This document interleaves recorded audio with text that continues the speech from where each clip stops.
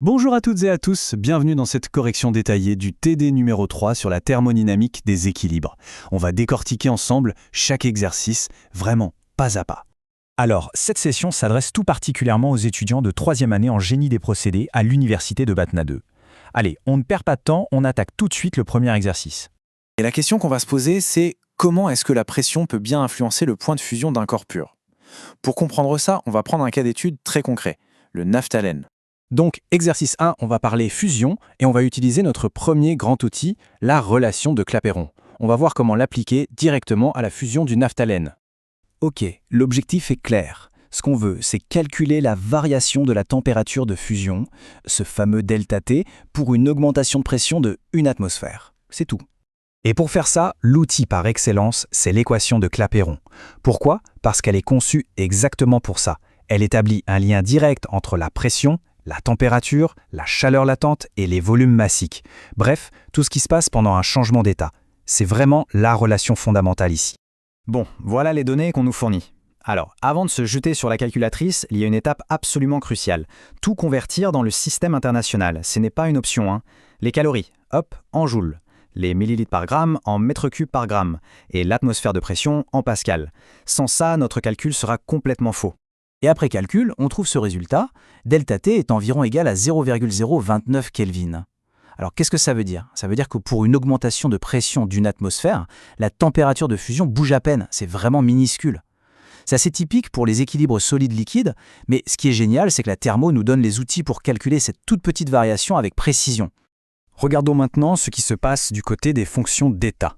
On a ΔH, ΔS, mais le point le plus important, celui qu'il faut absolument retenir, c'est que ΔG, la variation de l'enthalpie libre, est égale à 0. Pourquoi? Parce que c'est la condition thermodynamique de l'équilibre.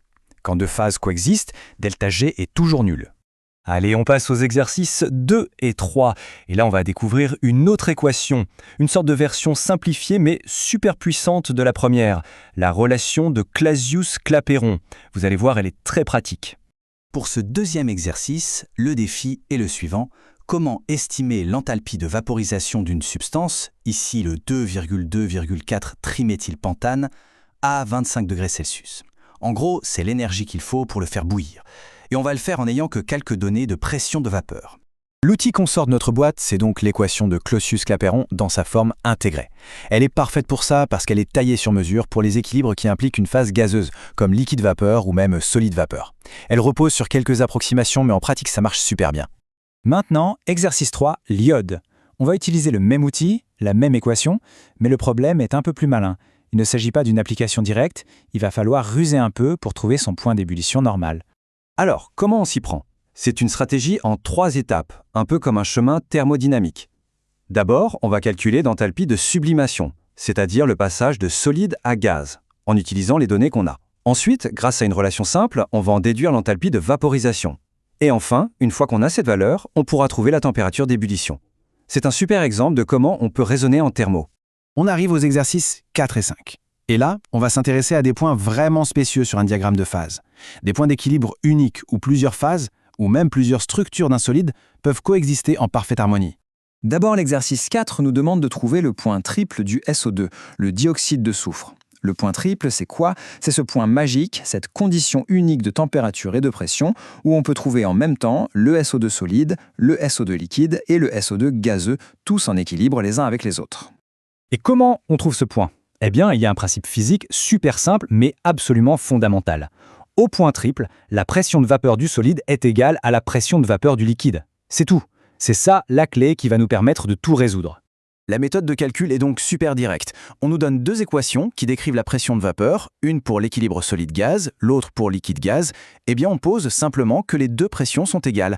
On résout l'équation pour trouver T, la température, et on tombe sur environ 196 Kelvin. Après, il suffit de reprendre cette température et de la mettre dans n'importe laquelle des deux équations pour trouver la pression, qui est d'environ 11,2 mm de mercure. Allez, dernier exercice, le numéro 5. Et là, on touche à un concept vraiment fascinant qui s'appelle le polymorphisme. C'est quand une même substance, comme ici le CbR4, peut exister sous différentes formes solides avec des structures cristallines différentes. C'est un peu comme si elle avait plusieurs personnalités solides. Et vous savez quoi? Pour trouver la température à laquelle on passe d'une forme solide à l'autre, le principe est exactement le même que pour le point triple. La transition se fait pile au moment où la pression de vapeur de la forme monoclinique devient égale à la pression de vapeur de la forme cubique. Donc mathématiquement, on prend les deux équations qu'on nous donne et on les égale. C'est aussi simple que ça. On résout et le calcul nous donne le résultat. Cette transition solide-solide se produit à une température d'environ 320 Kelvin. Pour se faire une idée, ça correspond à peu près à 47 degrés Celsius. Bon, pour conclure, récapitulons un peu les outils qu'on a vus. C'est important de bien avoir en tête quel outil sert à quoi. En gros, on a utilisé 4 grands principes. D'abord, la relation de Clapeyron, la version générale et précise, idéale pour les transitions solides-liquides. Ensuite, sa cousine simplifiée, Clausius-Clapeyron, super efficace pour tout ce qui implique un gaz. Et enfin, on a le principe de base, pour les points spéciaux. Au point triple, les pressions de vapeur solide et liquide sont égales, et au point de transition solide-solide, c'est la même chose, les pressions de vapeur des deux solides sont égales. Chaque situation a son équation. Et on pourrait se demander à quoi ça sert tout ça dans la vraie vie ? Eh bien, la maîtrise de ces points d'équilibre, c'est fondamental dans énormément de procédés industriels.